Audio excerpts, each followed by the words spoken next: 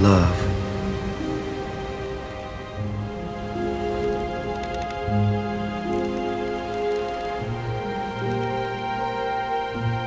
Where does it come from?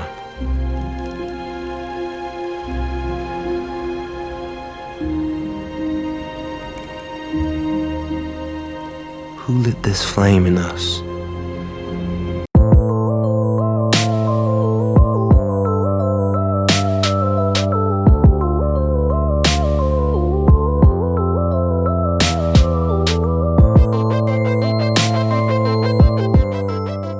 The Thin Red Line is written and directed by Terrence Malick and came out in 1998.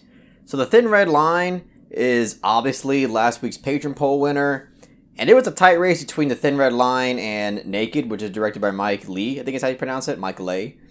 I will eventually get to reviewing Naked. I actually saw it anyway. Either way, I was pretty pumped to know that The Thin Red Line ended up beating Naked, because The Thin Red Line is a film that I've been desperately wanting to watch for a very long time. Pretty much ever since I saw The Tree of Life, which was the first Malick film, The Thin Red Line being the second film that I've seen from him. The Tree of Life, I thought, was just a masterful work of art. Like, that to me represents what I love and admire about the art of filmmaking. So since I love that film so much, I dove more into his filmography and just find out what kind of films he's made. And I saw The Thin Red Line, which was a war film, and I started just asking people about it, just about their general feelings regarding the film. And it's mostly positive. A lot of people say that it's just like a really philosophical type war film that kind of dives into a lot of the existential themes about war. And I was like, that sounds right up my alley. That sounds like a film that I'm absolutely going to love, especially since I love The Tree of Life so much. I mean, I even bought the Criterion. I mean, that's how much kind of trust I had in Terrence Malick just off of one film. I mean, this isn't the only film I blind bought. I blind bought pretty much the vast majority of my films. I'd say like 90% of the films that I bought on the Criterion sale were blind buys. But either way, pretty much everything that I blind buy, I have a strong confidence that I'm going to at least like it. And after seeing The Thin Red Line, I gotta say it's actually a deeply mixed bag for me. And if I'm being completely honest, I think it was kind of disappointing. And there are many reasons as to why that is. But before I really go down that road, there are some positives to the film, so I'll go ahead and say the obvious. This film is beautifully shot. It's probably in terms of camera work, one of the most beautifully filmed war films that I've ever seen. Of course, it's got Emmanuel Lubezki behind the camera, which would explain why it's just so breathtaking to watch.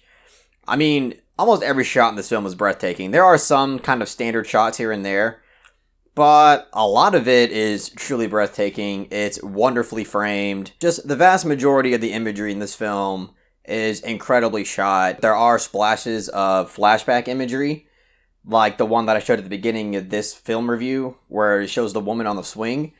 That I thought it was brilliantly shot and has this emotional aesthetic touch to it that I thought was really impressive. And this film overall just has like splashes of really impressive filmmaking. But also the war action was just directed incredibly well, and obviously the camera work is really effective there as well.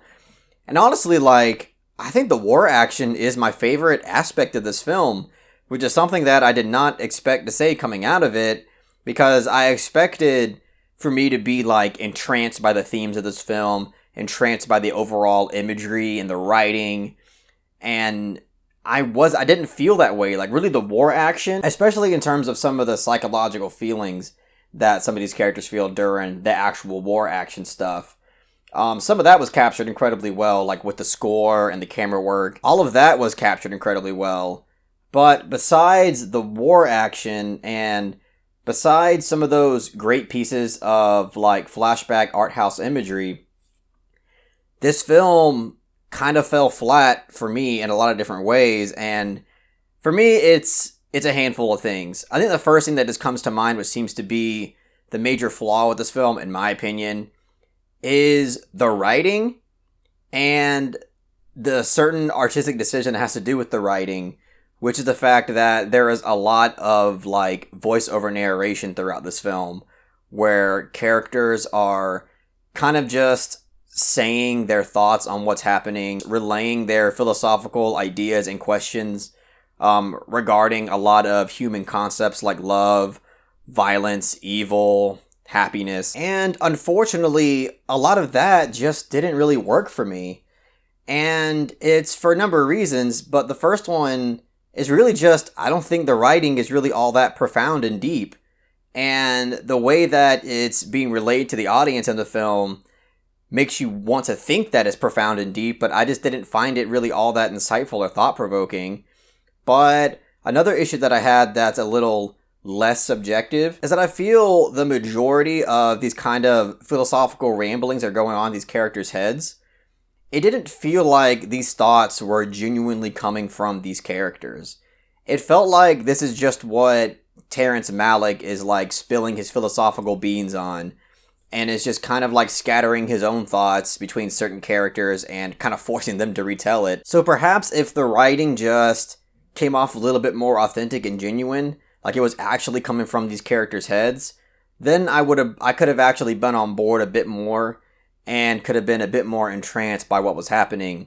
But instead, I just got the huge feeling that all this stuff is just coming straight from Terrence Malick's head, and it made it really hard to get into this film. And the film also has this incredible all-star cast. I'm gonna try to think of everybody off the top of my head, but there's really a lot of famous people that are in this film. John Travolta's in here, Sean Penn, Adrian Brody, Woody Harrelson, George Clooney is in this film too. There's a lot. John C. Reilly is in this as well. So there's a lot of familiar faces that are really popular. And I'm not sure if that in its own essence is what kind of took me out in this film. But there is an aspect to having that kind of huge cast like that will make you naturally go, oh, there's that guy. Oh, cool, that guy's in this movie too. And it can kind of take you out a bit because you're just seeing the actor because they're so A-list. But I don't think that's really my issue with it. I think it's the way the film was introducing the characters into the film. And I feel like maybe if they served more of a crucial role in the film and actually served some more of a purpose in the film, then I would have bought it more and it probably wouldn't have bothered me as much. But a lot of these characters, at some point, they really just seem useless. And they're really just there at times just to, I guess, make some sort of philosophical statement or idea about something. Like with John Travolta's character, no need for him to be in the film, like at all. Like it was pretty much pointless to cast him in the film, except to, market this film and get people in the seats and say, oh, look at this giant cast that's in this movie. No reason for John Travolta to be in this film. I mean, he's like in the first 10 minutes of it, and one of those moments where I was just kind of taken out immediately. Woody Harrelson's in this movie. I don't think there's any reason for him to be in this film either. He has a really cliche and cheesy war moment in this film that just did not work for me at all. Adrian Brody's in this film, but he barely has like any dialogue at all. I think he has like 2 lines of dialogue. But that I can a little bit forgive because he's definitely there for a certain purpose and he does actually serve the plot. Like eventually he does have a kind of a crucial role in the plot. And I respect and appreciate his character a lot more than a lot of the other ones. Sean Penn is doable too. Like I don't have that much problem with him. So it's just, there are some of these characters with these A-list actors. George Clooney, he's also like at the end of the film randomly. Like it would just seem really pointless to have them in there except to just try to market this film as a big time film. And that was something that definitely bothered me when I was watching this film. But there's another thing about this film that I was mixed on because it was like something that I either hated or loved, and that's the score. Because the score of this film, again, splashes of it where I was like, okay, that's really immersive. That's really striking a chord with me. I like the way this is utilized. But then there's like this other half of it that's just so overbearing. It sounded very Hollywood and was really unnecessary. Like there are these moments where these characters are kind of having like a moment and the score's just in the background for no reason. Like it just feels like it's a lingering score there for really no real artistic reason. That it's not emphasizing the scene in any way. It's not enhancing it. There's nothing that's really coming from the score that I wasn't already getting from the context of the scene. And the score overall, just as a whole, I think is just a bit overbearing in this film. It doesn't really know when to stop. It doesn't feel like it really ever stops.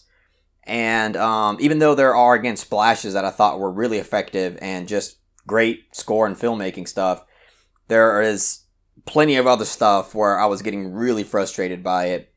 And I think this thing about this film that kind of frustrated me the most about it is that it had a lot of potential. Like, this film had mountains and mountains of potential to be an excellent, thought-provoking philosophical war film.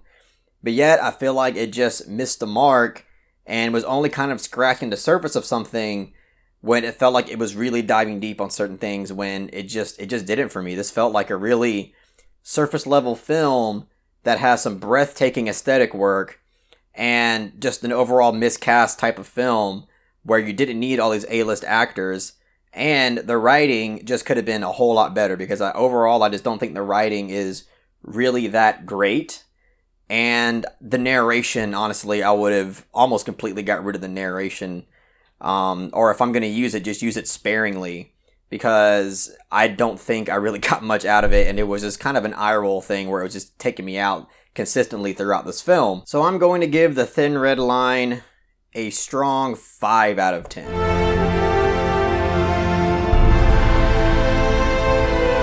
And it truly pains me to give it that rating. I wanted to give it a fresh rating. Like, I really wanted to go for that barely fresh, soft 6 type of rating that I could at least recommend it to you guys. But I just feel like that would be dishonest, because I was mostly disappointed with this film.